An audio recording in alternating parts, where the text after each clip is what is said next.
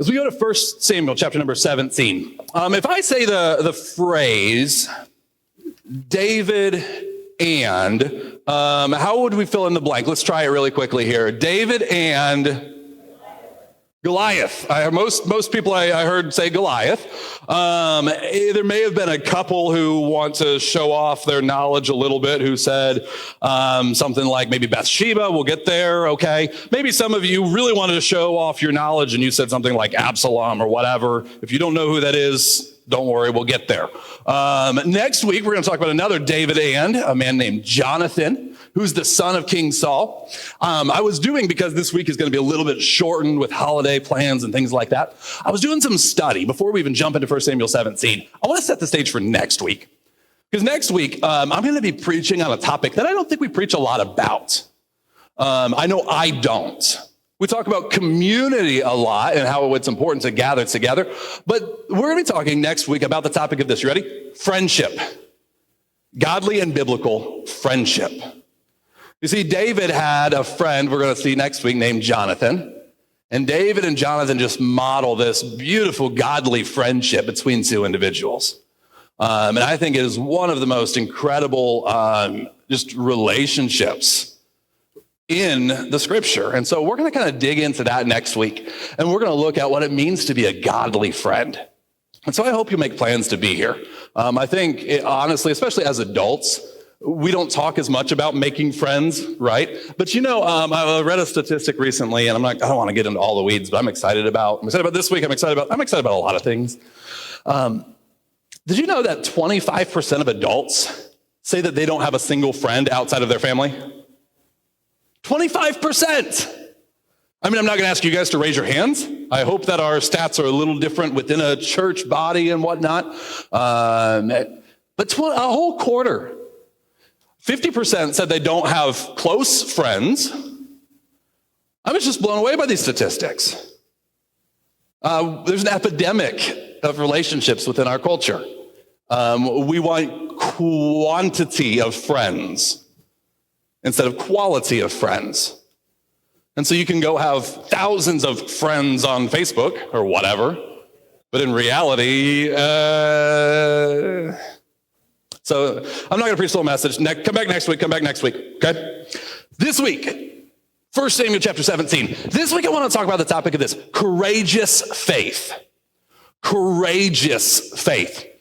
As I was reading this passage, I was just thinking about how much courageous faith was necessary to follow after the things that God was leading David to do. If you're not familiar with the story, we're going to get to it. You'll see what I'm talking about. But as I was considering this, one of the necessary elements for courage is fear. You think about this? If you think of anyone who has ever done something courageous, well, if there wasn't an element of risk, an element of fear involved, was that act actually courageous? Or was it courageous for you to get out of bed this morning? For most of you, probably not. Your trip to Tim Hortons on the way here, did that take a lot of courage? Probably not, because there's no opposition. There's no difficulty. There's no challenge in front of that. And so we wouldn't call those things necessarily courageous. Maybe in special circumstances, such as a disease or some sort of life-threatening thing, we would say, wow, now in context, that becomes courageous. But for you and I, as healthy individuals, able-bodied for those of us who are and blessed to be so, we wouldn't look at those things and say, well, that's a courageous thing. But there are times in our life that require courageous faith. And we're going to examine one of those moments within David's life. In fact, many would look at this and say, well, this is a defining moment within David's life. I think this was a revelation of who David had already chose to become, okay? So if I have to put this in context, I think this is who David was, and now everyone else was coming to realize it, okay? Because we understand, as we get into this, I need you to grasp, courageous faith doesn't occur in the moment that it's necessary. It's built before those times come. You hear me? Don't say, when I get the call and it's cancer, I will now have courageous faith. God may use that to grow your faith, but if that faith is not already there, it's going to leave you broken and beat up and shattered. That's what's going to happen. I've watched it. We've seen it. You could tell stories about it. But what we see is that this courageous faith of David was put in the forefront because he had this opportunity to demonstrate it. See, God gives opportunities to demonstrate courageous faith. God gives us opportunities to demonstrate courageous faith. Oftentimes, we call these opportunities opposition, or we call them obstacles, or hardships, or trials. But in reality, these are opportunities that we have to demonstrate the faith that we have in God. And as we begin this chapter, I want you to understand it in this context. Israel had an opportunity named Goliath. You say, Nate, that's a funny word for giant. It's a funny word for enemy. But I want you to see, right in front of them, there's an opportunity to follow God faithfully. Look at verse number 1 of chapter 17, and we're going to read a good passage of this right now. I want to set the stage. We'll kind of read through it with commentary, if you will. So verse number 1, the Philistines gathered their armies for battle. Philistines, if you're looking at modern day Israel, the Philistines occupied the area right next to the Mediterranean in the southern portion of modern day Israel, so just north of Egypt, just south of what's modern day Lebanon. And so this was where the Philistines occupied. But now they're gathering their armies for battle. They were gathered at Soko, which belongs to Judah. Judah is a large piece of Israel that's in the southern portion of the nation. And encamped between Soko and Azekah and Ephesdammim, Saul and the men of Israel were gathered and camped in the valley of Elah and drew up in line of battle against the Philistines. And so these two armies are now at a standoff between each other. Both of them saying, you're going to go no further. Both of them saying, this is where we draw the line. This is where this is going to take place. In this route between the major population centers of the Philistines and the major cities of Judah.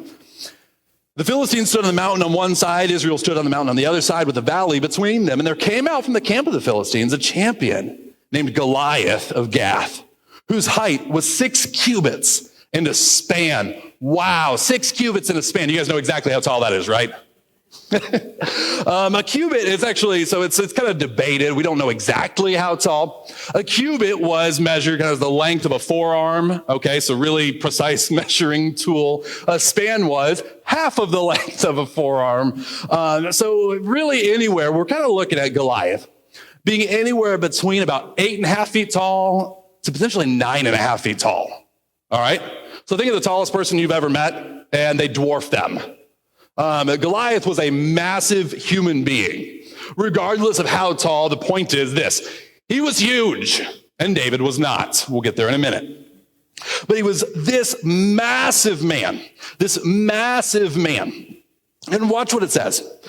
He had, verse 5, a helmet of bronze on his head, armed with a coat of mail. And this bronze, let me say this, bronze was like the top tier metal of the day. This is before iron was commonly used. So this is like quality stuff. And so he has this helmet of bronze. He was armed with a coat of mail. The weight of the coat was 5,000 shekels of bronze. And so this was about 125, 150 pounds is my understanding of these measures. He had a bronze armor on his legs, a javelin of bronze slugged between his shoulders. The shaft of his spear was like a weaver's beam. His spear's head weighed 600 shekels of iron, so about 15 pounds here. His shield bearer went before him. And so this man is just armored. He is just weighted down. It looks impenetrable. He has these massive weapons. Before you and I, as average human beings, could even reach him with a sword, we're done for. He has demolished you or me. And watch what he does. He stood and shouted to the ranks of Israel, verse 8, "Why have you come out to draw up for battle? Am I not a Philistine, and are you not servants of Saul? Choose a man for yourselves. Let him come down to me. If he's able to fight with me and kill me, then we will be your servants. But if I prevail against him and kill him, then you shall be our servants and serve us." The Philistine said, "I defy the ranks of Israel this day. Give me a man that we may fight together." When Saul and all Israel heard the words of the Philistine, they were dismayed and greatly afraid. See, there was this opportunity for the people of Israel to demonstrate their faith in God. But instead of encouraging themselves in the Lord, strengthening themselves in the Lord, what do we see the characteristic of this army becomes? They were dismayed, discouraged, afraid. If I were to call you out to fight against a man who is 9 feet tall and heavily armored, you would probably be a little afraid too. That's called being wise. You should be afraid. But how did these Israelites respond? They were dismayed. They were discouraged. How can we possibly go out there against them? Verse 12, we meet David once again. This is only the second time in the scripture that we see David. He was the son of an Ephrathite of Bethlehem in Judah named Jesse, who had 8 sons. And we learned last week he was the youngest of these sons. In the days of Saul, the man was already old and advanced in years. The 3 oldest sons of Jesse had followed Saul to battle. The names of his 3 sons that went to the battle were Eliab the firstborn, next to him Abinadab, and the third Shammah. And so these are the 3 oldest sons of Jesse. They are old enough now to serve, and Jesse himself was an elderly man, so he was not fighting. David was the youngest. The 3 eldest followed Saul. David went back and forth from Saul to feed his father's sheep at Bethlehem for 40 days. So how long is this going on? Is this a one-time event? For 40 days, the Philistine came forward and took his stand morning and evening. Now understand this. I get that some days when the fear is in front of us, it can be difficult. We can be a little paralyzed. That's not even what's going on here. For 40 days, this is happening over and over and over and over again. And yet the Israelites, after 20 days, 3 weeks, 2 weeks, a week, no, nothing's changed. For 40 days, they're just holding on, hoping that the Philistines don't come forward to them. Verse 17, a day comes that Jesse says to David, "Take for your brothers an ephah of this parched grain and these 10 loaves." What we just read kind of indicates this is probably a regular occurrence. He's probably going back and forth between this army, and he's trying to encourage his brothers and going as a servant to his dad to help him out. And so he goes to check on his brothers, brings this parched grain, 10 loaves, carries them to the camp. He says, "Take these 10 cheeses to the commander of their 1,000. So let's go take these to the other men that they're serving with. See if your brothers are well. Bring some token from them." What's he saying? Proof of life. He's saying, "I hope my kids are okay." Been there, done that? Yeah. Now Saul and all the men of Israel were in the valley of Elah. They were fighting with the Philistines. David rose early in the morning, left the sheep with the keeper, took the provisions, and went as Jesse had commanded him. He came to the encampment as the host was going out to the battle line, shouting the war cry. And Israel and the Philistines drew up for battle, army against army. And so they're going together. They're, pounding their shields, and they're giving a show of force, if you will. David left the things in charge of the keeper of the baggage and ran to the ranks and went and greeted his brothers.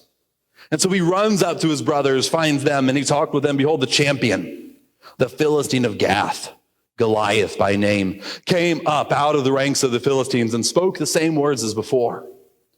This time something was different. David heard him. And so in this moment, something has changed. David has run this errand, it seems like, before, but now he arrives on a day when they're gathering, at such time that they're gathering, and just in that moment, as providence would have it, Goliath is coming out just at this time to give his daily discouragement to the Israelites. And so he's issuing this challenge once again, and David hears this for the first time. And what does he see in verse 24? All the men of Israel, when they saw the man, fled from him and were much afraid. So not only are they internally afraid, but they're actually acting on this fear. The men of Israel said, "Have you seen this man who has come up? Surely he has come up to defy Israel, and the king will enrich the man who kills him with great riches and will give him his daughter and make his father's house free in Israel." And David said to the men who stood by him, "What shall be done for the man who kills the Philistine and takes away the reproach from Israel? Who is this uncircumcised Philistine that he should defy the armies of the living God?" And the people answered him in the same way, "So shall it be done to the man who kills him." And so this is actually the first that David speaks in the Bible. These words right here. As he speaks here, he comes and he says, he's not just defying you. He's not just trash talking you, Israel. What is he doing? He's defying what? The armies of the living God. So David doesn't just look and go, "Man, you guys are pretty pathetic. I'm going to go back home." What does he say? He says, "Wait a second. I'm taking offense at this because you are calling out my God. Israel, we're called to be a light. We're called to be the people of God. And here we are. He's supposed to go and fight before us, and we're afraid of this man." And so David takes issue with the way the people of Israel are responding. But watch this. Even as David begins to articulate this courageous faith, I want you to see this in verse 28. Because Goliath wasn't the only opportunity for courageous faith. Now Eliab, his eldest brother, heard when he spoke to the men. Eliab's anger was kindled against David. And he said, "Why have you come down?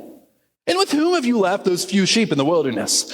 I know your presumption and the evil of your heart, for you have come down to see the battle."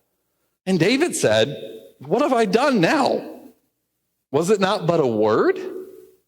And he turned away from him toward another and spoke in the same way. And the people answered him again as before. And so in the middle of this, what just happened? He expresses these things, and Eliab doesn't interpret this as being courageous faith. Instead, he looks at it as arrogance, doesn't he? He says, "You came up here to see the battle. You came up here to try to pick at us. You came up here to mock us too."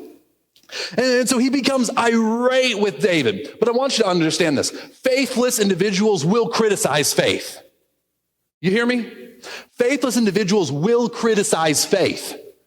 When people of faith step forward and say, "Hey, this is where God is leading, and I know it's risky. I know it's a little bit tumultuous. I know there's some unseen things here. But God is calling us in this direction, and we need to go, and we need to respond." Faithless people are going to stand up, and they're going to be like, okay. They're going to question motives. They're going to interpret it as some sort of arrogance. When in reality, was David getting up and saying, "Oh man, guys, I'm a great warrior. Let me at him"? Was that what David said? Where in here does David said, "Oh, I can anything"? David never makes that statement because David understands what's actually at stake here. What's at stake in the middle of this is the glory of God. And he says, "No, that is a non-negotiable from me. No one stands against my God and gets away with it." And so Eliab doesn't see that. Eliab takes his own motives, in fact, and places it on David. Isn't that amazing? He takes his own insecurities, his own lack of faithfulness, and he puts that onto David and says, "Wow, David, I can't believe you are behaving this way." When in reality, Eliab is the one who's behaving faithlessly. He's being shown up by his baby brother. How embarrassing is that? If you're a big brother or a big sister, there are those moments when your younger siblings begin to eclipse you in certain things. And we never admit it, right? We never own up to that. My brothers and I, we all played soccer growing up. We played soccer, we played basketball. There came a point that a couple of them think they became a better soccer player than me. Can you believe that? Obviously untrue. Lies abounding, right? I'm never going to own up to that. I'm never going to admit to that. And so here we have Eliab who's going, "Excuse me? You think you're tougher than me? You think you're braver than I am? And so he becomes irate with David. And let me encourage you this morning. Sometimes you may see courageous faith in other individuals. God might be leading other people to do things, and you would look around and say, I don't understand it. Can I say this really, really clearly? Don't be Eliab. Don't be Eliab. If other people believe that God is leading them to behave in faith, don't stand up and go, no. No. Say, okay, hey, if God's leading you in this space, God's leading you in this space. Because what we're seeing is Eliab is trying to oppose what God is doing in David's life because he didn't understand it and didn't share in this faith. And can I really encourage you this way? As we go into this, we're going to get here in a minute. You and I, we like to be David in this story. Can I just encourage all of you before we get too much further? If we are in this story, we're not David. You're not David, neither am I. Now, should we emulate this faith of David? Yes. But in this story, we're going to see very clearly we are not David. In fact, David is Jesus. He's about to fight a battle that we couldn't fight, and we're going to share in a victory that he won for us. We'll get there. But understand that when your brothers and sisters in Christ desire to take steps of courageous faith, I'm not saying don't counsel. I'm not saying don't speak truth. I am saying don't attempt to discourage them from doing what God is calling them to do. But I want you to understand here in verse number 31. Watch with me, begin reading. The words that David spoke were heard. They repeated them before Saul, and he sent for him. And so messengers go to Saul and say, oh, someone said he's going to go get Goliath. And they get all excited about this. They go to Saul. David said to Saul, so now Saul is in David's in Saul's presence. Let no man's heart fail because of him. Your servant will go and fight with the Philistine. And Saul said to David, you're not able to go against the Philistine to fight with him. Watch what he says. You're but a youth. He has been a man of war from his youth. But David said to Saul, your servant used to keep sheep for his father. And when there came a lion or a bear and took a lamb from the flock, I went after him, struck him, delivered it out of his mouth. If he arose against me, I caught him by his beard and struck him and killed him. Your servant has struck down both lions and bears. This uncircumcised Philistine shall be like one of them. He's defied the armies of the living God. David said, the Lord who delivered me from the paw of the lion, the paw of the bear, will deliver me from the hand of the Philistine. And Saul said to David, go and the Lord be with you. That feels like the most sarcastic sentence in the book of 1 Samuel. But here's what I want you to grasp. That reasoning is very simplistic, right? Hey, listen, I've had to fight stuff before. I was a shepherd, and there were animals, there were predators that were coming after my sheep. So I've had to fight a lion, I've had to fight a bear, and we don't know the size of these things. We don't know. But he says, hey, listen, I've been around the block. I've thrown a couple punches. I've dispatched this can't be so different, right? But as David comes up before the king, I want you to grasp this. And this is a theme all throughout the scriptures. In fact, Jesus really deeply presses into this a few times. Courageous faith is childlike faith. Courageous faith is childlike faith. You see, David didn't go out and say, okay, what are all the measurements? What are all the intangibles? If you watch boxing or MMA or any kind of combat sport, they give you the height, the weight, the reach, all of these different measurements. If you stack these things up, listen, David isn't getting $1 put on him, right? Like, no one is coming out to say, oh yeah, my money's on David. No, there's a reason today we call it a David and Goliath story. But what we see is that David's faith, it's a simplistic faith. It's not overcomplicated. But actually what takes place, watch this. As Saul begins to speak to him, and Saul begins to speak down to him, verse number 33, you're not able to go against the Philistine. You are what? You're a youth. You're just a kid. We don't know the exact age of David in this story. What we do know is that David's only 3 of his brothers, he's the youngest of 8, 3 of his brothers are old enough to fight in Saul's army, which means 5 of his brothers are likely not yet of fighting age. And so David is responsible enough to care for sheep and to do some of these things, but not old enough, and neither are multiple of his brothers. And so if I had to best guess throw out, David is probably what we're looking at as maybe like 15 or 16. And that might be generous, okay? We're looking at a teenager, old enough to have some responsibility, but not old enough to actually be a part of this. And in fact, he's got other siblings ahead of him as far as going and fighting in the army goes. So David's probably a teenager, give or take. He's probably right there in the middle of what we would call his teenage years. And so as he comes to Saul, Saul says, listen, you can't go fight him. You're a kid, and this guy's been training since he was a kid. What's he saying? He's been doing it longer than you've been alive. Right? Man, I know I'm getting older because I say those things to my kids. What we see that David is coming in this way that Saul, the one who had been around the block, saw how things worked. He says, no. That's not how anything's going to take place. But can I just say this? And especially like if you're in this room and you're like a young adult, a teenager, we have a few kids even in this room. I really want to clearly say this.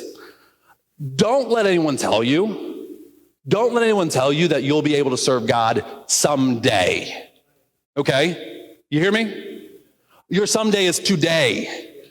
I love, our kids went home last week with a little craft that said this: I can be a missionary today. Yes. In fact, there are people sitting in this room because teenagers chose to share their faith with other teenagers. How incredible is that? Don't look around and say, oh, tomorrow. We just talked about that a few minutes ago. Tomorrow doesn't come. You serve God where you are right now. And God's faithful. In fact, Jesus, as he is teaching, there are children that want to come to Jesus, and the disciples say, hey, no, Jesus doesn't have time for you. And what happens? What takes place? Jesus says, hey, knock that off. Let them come to me. And what does he say? Such is the kingdom of God. Their faith is the faith of the kingdom. You as adults, we as adults, I'm right here with you. You know what we do is we overcomplicate our faith.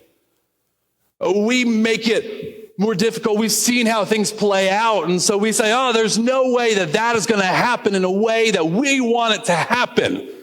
And I think oftentimes we have become so ingrained in the way that things are supposed to work that God wants to move, and we say, no.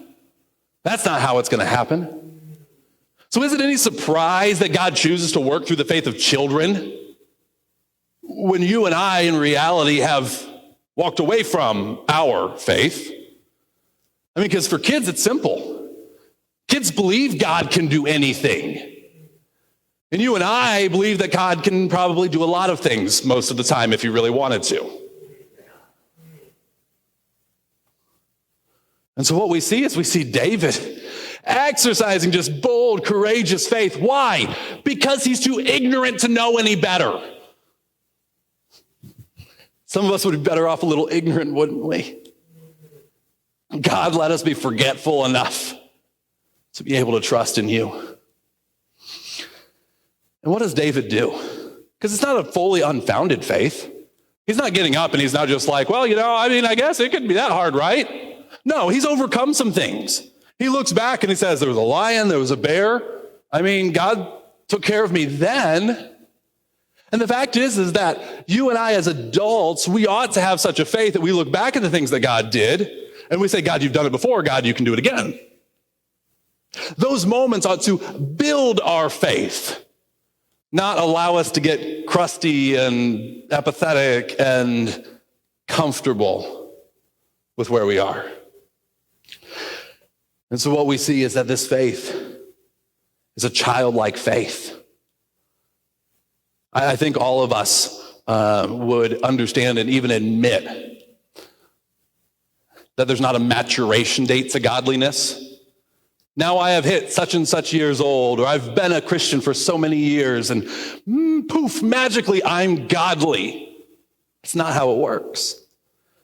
In fact, I think we've all known godly teenagers and wicked senior citizens. You see, it's not about your age, it's about your obedience. Lord willing, our obedience grows as we age. But can I encourage you, young adults, median adults, and senior citizens, begin with obedience. The rest will take care of itself. I want you to see verse number 38. Saul clothed David with his armor, put a helmet of bronze on his head, clothed him with a coat of mail. And David strapped his sword over his armor and tried in vain to go, for he had not tested them. One of the funny things about this is that we don't really have a physical description of David as far as like size goes. So we kind of make an assumption that he was pretty average in his size. Saul, we actually know how big Saul was. Saul was head and shoulders over everyone else. Saul was this impressive man. And so he puts this armor. He says, we'll give him my armor. We might have to take it in a little bit because his armor was most certainly just absolutely oversized. I also want to point out, who should have been wearing Saul's armor? Saul! Oh, good grief. I mean, Saul, you're the king, dude. You're bigger than everyone else. Like he's literally, the Bible calls him head and shoulders above everyone else. I mean, so he's still small compared to Goliath, but he's bigger than most people. Saul, why is your armor available? Okay, anyways, end of rant. What we see here, watch what he says. David said, it's middle of verse 39, I can't go with these. I've not tested them. So I put them off. So David put them off. He took his staff in his hand, chose 5 smooth stones from the brook. This is the brook that runs through this valley. Put them in his shepherd's pouch.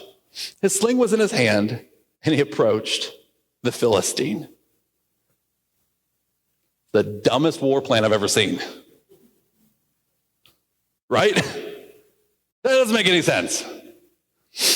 I mean, hey, if he goes and he dies, then hey, maybe it'll stir everybody else up. But what happens? We see right here that courageous faith is placed in the unseen. You hear me? Courageous faith is placed in the unseen. You see, had anyone ever, that we are aware of, won a war with a sling? We're not even talking like a slingshot. We're talking like 2 leather straps, a little pouch, rock in the middle, right? Has anyone ever won a battle with that? For his sword, what sword does he take? A shepherd's staff. What are you going to do to an armor-clad giant with a rock and a stick? Hello? What's wrong with you, David? But David goes out here in the middle of an unseen way. He says, this is what I am being led to do. You see, David, as you go out, you say, David, what are you even trying to accomplish? He doesn't say. He doesn't sit down and give you this scheme and this plan and say, okay, so if I come out here and then if the rock is just at this right end and then if I... No. He says, this is all I know to do. This is all I know to do. These are the weapons that I'm familiar with. This is all I have. You see, if David even owned a sword, he left it at home, right? So he doesn't know what's happening. He just says, "This. I don't know. I just know I'm supposed to go." But he placed his faith in the unseen. If you have to see everything and exactly how God is going to work, you ready for this? That's not faith. Hebrews chapter 11, in fact, tells us faith is the substance of things hoped for, the evidence of things that are unseen. And so faith draws us and compels us to move towards the object of our faith, even when we can't see the object of our faith. And so if you can see it, it's no longer faith. It has now been disqualified as faith. But courageous faith is placed in the unseen. Verse 41. Watch what takes place here. The Philistine moved forward and came near to David with his shield bearer in front of him. When the Philistine looked and saw David, he disdained him, for he was but a youth, ruddy and handsome in appearance. What is he saying? Oh, what a cute little boy. Did you get lost?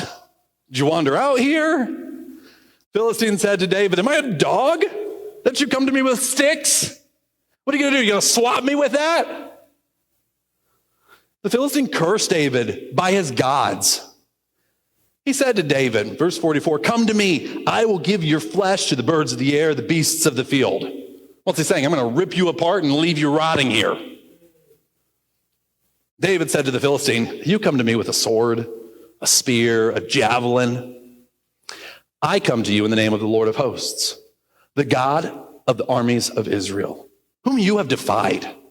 This day the Lord will deliver you into my hand. I will strike you down and cut off your head. I will give the dead bodies of the host of the Philistines this day to the birds of the air, the wild beasts of the earth, that all the earth may know that there is a God in Israel, and that all this assembly may know. And I almost imagine as he's doing this, he's like looking back at Israel, right? Going that all this assembly may know, that everyone here may learn that the Lord saves not with sword and spear. The battle's the Lord's. He will give you into our hand. The Philistine arose, came and drew near to meet David. David ran quickly toward the battle line to meet the Philistine. I just love that. David's not like, okay, he's coming.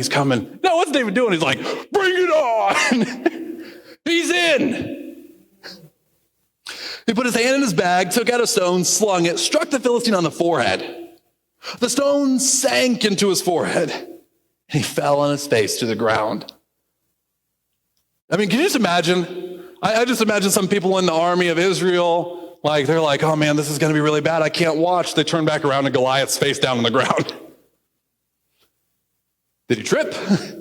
What just happened?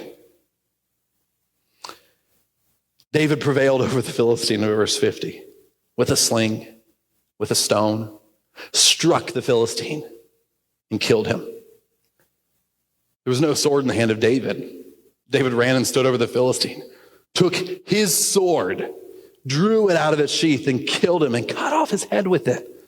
When the Philistines saw that their champion was dead, they fled. The men of Israel and Judah rose with a shout and pursued the Philistines as far as Gath, the gates of Ekron, so that the wounded Philistines fell on the way from Sharon as far as Gath and Ekron. The people of Israel came back from chasing the Philistines. They plundered their camp. And David took the head of the Philistine and brought it to Jerusalem and put his armor in his tent. As soon as Saul saw David go out against the Philistine, he said to Abner, the commander of the army, Abner, whose son is this youth? And Abner said, as your soul lives, O king, I do not know. And the king said, inquire whose son the boy is. And actually what we're going to see is as he's asking this question, this is because what was promised to the man who would kill the giants? He's going to marry his daughter. He's going, oh, okay, well, I guess that's my son-in-law. So who am I related to now? We're actually going to see it tease out. I promise you this is actually what's going on. Because he knew, okay, Saul knew David. We talked about this last week. Saul knew David. David would come and he would play music for him. And he goes, whose family is this kid from again? And as soon as David returned from the striking down of the Philistine, Abner took him, brought him before Saul with the head of the Philistine in his hand. So this is fun. There's a teenage kid walking around. Listen, teenage kids walking around with someone's head in their hand. All right. At what point does someone intervene and say, like, hey, let me take this? But whatever, he's coming before the king. He's got the Philistine's head. Saul said to him, whose son are you, young man? And David answered, I am the son of your servant, Jesse, the Bethlehemite. We're going to look next week. What wisdom in this answer? The son of your servant. The humility of David, who just, let's be really honest, embarrassed Saul, embarrassed all these men, but the humility of this David who would come in and say, I'm the son of your servant, Jesse, the Bethlehemite. We're going to see the wisdom in that even next week as we get into this relationship of David and Jonathan. Jonathan, by the way, son of King Saul, heir apparent of the nation of Israel. David, the anointed king, his best friend. Incredible things. As we look at all of these things, I want you to understand, we see David going out and fighting Goliath. Courageous faith is only as good as the object it is placed in. You hear me? David didn't go out and say, I am so good with this sling. Watch me hit that giant from here. How did David embrace the battle? He said, this is God's fight. This is God's battle. I'm just participating in it. You see, his faith wasn't in his own ability. And you and I, the object of our faith is much, much more important than the strength of our faith. In fact, the scriptures tell us, by grace are you saved through faith. It says even that's not of yourself. It's a gift of God, not of works, lest anyone should boast. You see, faith in many ways is like a hand that is reaching out towards an object. But what that hand is reaching out towards matters. We can place our faith in our own goodness, our own ability, and our own strength. And can I tell you where that faith is going to get you? Nowhere. That faith is going to fail. The faith is going to fracture. It's going to break. It's going to be a worthless faith. Why? Because you put it in something that was incapable. It's like sitting down in a broken chair. Well, that chair's not going to hold you. Oh, I have faith that this chair is. Listen, no, it's not. No, it's not. And sometimes I think that we interpret, we say, oh, well, I had faith right here. And listen, my question for you is this: what is your faith in? See, courageous faith, the object of that faith matters.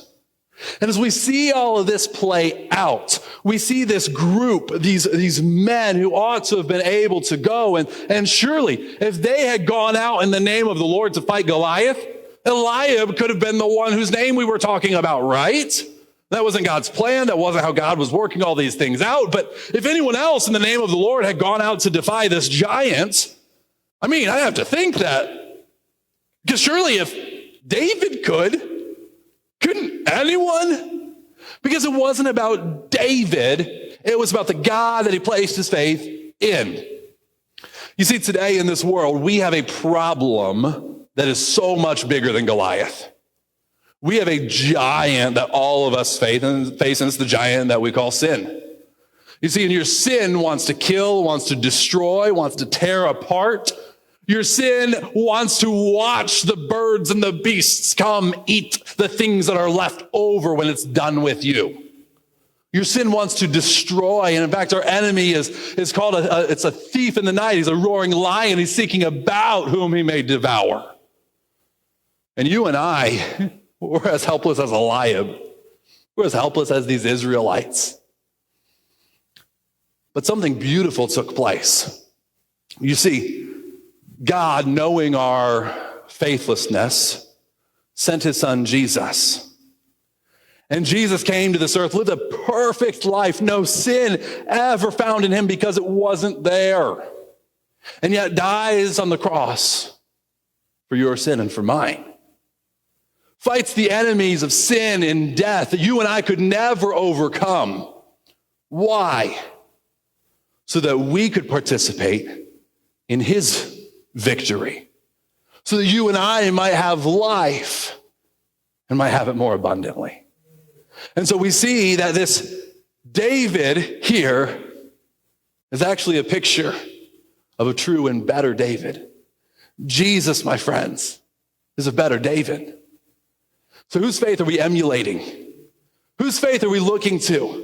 As we look at David's faith, surely we can learn about what courageous faith looks like. And it points us to the faith of Jesus Christ. You see, it took faith for Jesus to? Yeah, absolutely. Even as Jesus went to the garden, what does he say? He says, Lord, let this cup pass from me. Nevertheless, not my will, but yours be done. He trusted in the Father. And because of Jesus' work on the cross, you and I can have victory forever over our sin. Just like David won and the Philistines ran, so Jesus has won, and you and I can live. Eliab did nothing this day, did he? Eliab didn't go out and win the fight. The Israelites didn't go out and win the fight. Saul didn't go out and win the fight. Yet, they participated in the victory that God won through David. You see, today, you can't overcome your sin in your own strength. You can't be so good or so disciplined or so anything. No, you and I, we are guilty before God. But Jesus, and he came, he defeated that giant of sin. He took it, and just like David conquered Goliath, Jesus conquered for you. And so today, we are invited to share in the victory of Jesus. Not because we are strong, or because we are good, or even because we are faithful, but because he is faithful.